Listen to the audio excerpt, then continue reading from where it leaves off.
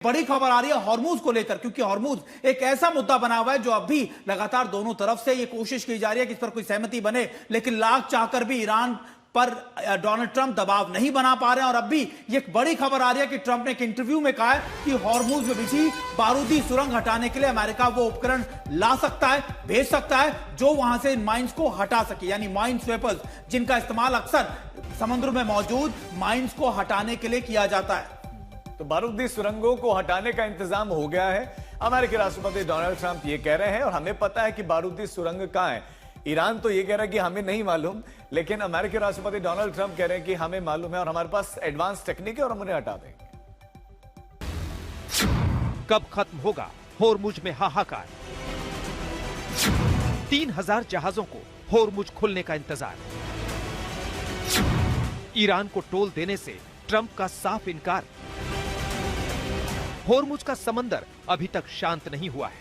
विवाद की लहरें उफान पर हैं और हजारों जहाज यहां से निकलने का इंतजार कर रहे हैं। सीज फायर के बाद उम्मीद जगी थी कि जहाजों की आवाजाही आसान हो जाएगी और तेल संकट खत्म हो जाएगा, लेकिन हुआ कुछ नहीं।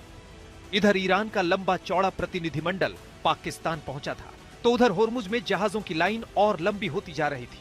पिछले 24 घंटे के दौरान होर्मुज से जहाजों की आवाजाही के इस ट्रैकर पर नजर डालें तो अंदाजा लगाना मुश्किल नहीं है कि किस कदर ज्यादातर जहाज वहां फंसे हुए हैं।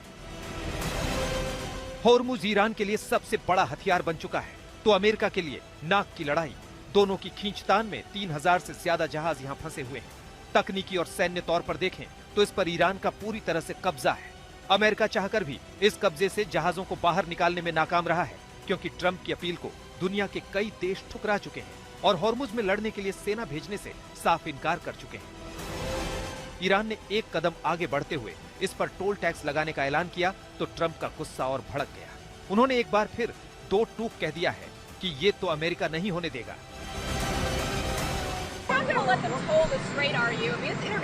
No, we're not going to let that. It's international water. If they're doing that, nobody knows if they're doing that. But if they're doing that, we're not going to let that happen.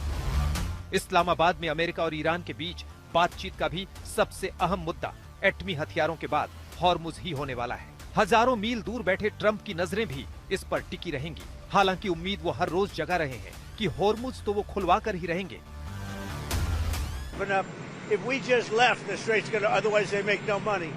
So the strait's going to open, but what we have is no nuclear weapon, but we'll open the strait anyway. Don't forget, we don't use the strait. Other countries use the strait. So we do have other countries coming up and they'll help out, but we don't use it. It won't be easy. It won't be, I would say this, we will have that open fairly soon. लेकिन इस बीच होर्मुज को Iran ने खुद ही इतना उलझा दिया है कि पूरी दुनिया सकते में आ गई है। होर्मुज में आवाजाही पूरी तरह से ना खुल पाने की जो वजह सामने आई है वो बेहद हैरान कर देने वाली है। दरअसल ईरान ये पता नहीं लगा पा रहा है कि समंदर में उसने कहां-कहां बारूदी सुरंगें बिछाई हैं।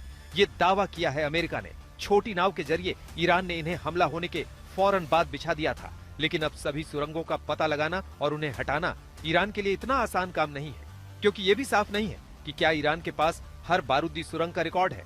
अगर है भी तो सुरंग इस तरह से बिछाई गई है कि उनके अपनी जगह से इधर उधर होने के भी आसार हैं। बारूदी सुरंगों को जल्दी हटाने की तकनीक भी ईरान के पास नहीं है। यानी होर्मुज का हाहाकार अब कूटनीति और सैन्य नीति के दायरे से आगे निकल चुका है। यानी समंदर में लगी आग फिलहाल बुझती नजर नहीं आ रही है। होर्मुज खुलवाने के लिए ट्रंप ने सबसे पहले धमकी 21 मार्च को दी। कहा होर्मुज नहीं खोला तो ईरान के बिजली प्लांट को तबाह कर देंगे। लेकिन ईरान पर न तब कुछ असर हुआ, न ही आज हो रहा है, बल्कि ये समुद्री रास्ता अब उसका सबसे बड़ा हथियार बन गया है। ईरान के इस्लामिक रिवोल्यूशनरी गार्ड कॉर्प्स ने होर्मुज स्ट्रेट से गुजरने वाले जहाजों के लिए नया मैप जारी किया है। ईरान का कहना है कि उसका मकसद जहाजों को समंदर में बिछी बारूदी सुरंगों से बचाना है। इस मैप में उन खतरनाक इलाकों को दिखाया गया है जहां जहाजों का जाना मना है। रिपोर्ट के मुताबिक पहले जहाज ओमान के किनारे के पास से गुजरते थे, लेकिन अब इन्हें ईरान के किनारे के पास से निकलने की सलाह दी गई है। इससे माइन वाले इलाकों से बचा जा सकता है। ईरान ने जहाजों से कहा है कि वो पहले उसके अधिकारियों से संपर्क करें, तभी सुरक्षित उन्हें रास्ता बताया जाएगा। ईरान अब इस रास्ते से गुजरने वाले तेल के जहाजों पर भी नजर रखेगा। हर जहाज को पहले अपने माल यानी कार्गो की पूरी जानकारी देनी होगी, उसके बाद ही आगे जाने की इजाजत होगी। वहीं फाइनेंशियल टाइम्स की एक रिपोर्ट के मुताबिक ईरान हर बैरल तेल पर $1 टैक्स लेने की तैयारी कर रहा है और ये पैसा क्रिप्टो करेंसी में लेना चाहता है। अमेरिका के मुताबिक जो माइंस ईरान हॉर्मुज में लगाकर उनकी लोकेशन भूल गया है, उसी वजह से वो हॉर्मुज को खुलने नहीं दे रहा। अब उसकी जगह नया रूट बताने लगा है। तो इस युद्ध से भले ही ईरान को बहुत नुकसान हुआ, लेकिन उसके हाथ हॉर्मुज नाम की वो चाबी लग गई है जिससे वो पैसा भी कमा सकता है और जब चाहे तब दुनिया को परेशान कर अमेरिका को दबाव में ला सकता है। हॉर्मुज पर ईरान की तरफ से ताजा बयान ये है कि वो सिर्फ 15 जहाजों को ही एक दिन में गुजरने देगा, जबकि पहले ये संख्या कई गुना थी। खाड़ी देशों को लगा था कि अमेरिका के सामने ईरान की दादागिरी नहीं चलेगी, लेकिन बाजी उल्टी पड़ी। ट्रंप हॉर्मुज खुलवाने की हिम्मत नहीं कर पाए और ईरान ने ट्रंप को झुकाकर अस्थायी शांति हासिल कर ली। लेकिन अभी तक हॉर्मुज पर कब्जा नहीं छोड़ा, जबकि यूएई जैसे देश लगातार उससे हॉर्मुज खोलने की मांग कर रहे हैं। प्रॉब्लम इसमें अभी है कि अब हमेशा के लिए स्ट्रेट ऑफ हॉर्मुज को रोकने की क्षमता ईरान के पास है। ईरान डेमोन्स्ट्रेट कर चुका है पावर उसकी रोकने की। ईरान डेमोन्स्ट्रेट कर चुका है कि आप जितने मर्जी मेरे पे बम डालो, हॉर्मुज नहीं खोल रहा हूं मैं। तो अब आगे किसके पास इतनी शक्ति दोबारा आएगी, इतने सारे प्लेन बॉम्ब्स मिसाइल्स इकट्ठे करेंगे कि दोबारा हॉर्मुज में हमारे हॉर्मुज खुलवाएं। तो हॉर्मुज स्ट्रेट पे जो ग्रिप बन गया ईरान का, अब ये लॉन्ग टर्म का बनता जाएगा। ये खतरा सबसे बड़ा पैदा हो गया है।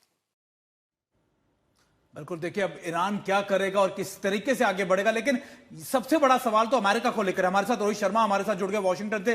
रोहित, देखिए हमेशा माना जाता है कि अमेरिका तो सेम पेज पर रहता है, एडमिनिस्ट्रेशन भी और सारी चीजें, लेकिन हम ऐसा क्यों देख रहे हैं कि जहां एक तरफ बातचीत को लेकर उपराष्ट्रपति यहां मौजूद है, लगातार कहा जा रहा है कि सकारात्मक बातचीत आगे बढ़े, वहीं डोनाल्ड ट्रंप की तरफ से बड़े बड़े बयान दिए जा रहे हैं। कभी डिस्ट्रॉयर भेजने की बात, कभी कहा जा रहा है कि अगर स्ट्रेट ऑफ हॉर्मुज नहीं खोला तो हम बर्बाद कर देंगे। ऐसा क्यों कि एक प्रेशर बनाया जा रहा है क्या ईरान की डेलीगेशन के ऊपर, या सच में अमेरिका दो स्ट्रेटजीज पे काम कर रहा है? नेगोशिएशन तो चले ही चले, आप अपनी वहां पर सैन्य मुस्तैदी को भी बढ़ाते रहे। देखिए, प्रेसिडेंट ट्रंप हमेशा से ये किया है सुमित। इन्होंने आपने देखा है कि दोनों ट्रैक पे बात करते हैं, वो थ्रेटन भी करते हैं और साथ ही साथ डेलीगेशन भी भेजा हुआ। आई थिंक चेता रहे हैं ईरान को। उनसे जब सीधा पूछा गया कि क्या उनको लगता है ईरान गुड फेथ में नेगोशिएशन करने के लिए इस्लामाबाद आया है, तो उन्होंने कहा कि मैं आई विल टेल यू, थोड़े समय के बाद मैं आपको बता सकता हूँ कि क्या वो गुड फेथ में नेगोशिएट करने आए हैं या नहीं आए। और ये भी इंटरेस्टिंग बात है सुमित की जो बातचीत वहां पे चल रही है उसमें अमेरिका से भी काफी जो एक्सपर्ट्स हैं वो जुड़े हुए हैं। अभी जो व्हाइट हाउस के हवाले से हमें पता चला है कि बहुत सारे जो एक्सपर्ट्स हैं वर्चुअली उन्होंने ज्वाइन किया हुआ है इस नेगोशिएशन को, जिसमें जनरल आसिम मुनीर जो एक पाकिस्तानी जनरल है, सॉरी जो फील्ड मार्शल है, वो भी इसमें मौजूद है। और साथ ही साथ JD Vance, Steve Witkoff, Jared Kushner, Andrew baker जो डेप्यूटी नेशनल सिक्योरिटी एडवाइजर है प्रेसिडेंट के, माइकल वैंस, तो ये सब मौजूद है। साथ ही साथ अमेरिका पूरी तरह से जो हमारे जो पाकिस्तान से हमारे साथ जुड़े थे हमारे संवाददाता, वो भी बता रहे थे कि टेक्निकलिटीज पे डिस्कशन चल रही है और उसी टेक्निकलिटी में आई थिंक अमेरिका पूरी तरह से नेगोशिएट कर रहा है। साथ ही साथ यहाँ से भी लोग जुड़े हुए हैं इस नेगोशिएशन को सीरियसनेस दिखाने के लिए और होपफुली एक कंक्लूड करने के लिए। सीरियस डिस्कशन, और उसमें आसिम मुनीर का होना और पाकिस्तानी पीएम की चर्चा ही नहीं है कि वो नहीं है। आसिम मुनीर लेकिन लगातार बने हुए, इससे अंदाजा काफी कुछ हद तक पाकिस्तान के बारे में लगता है।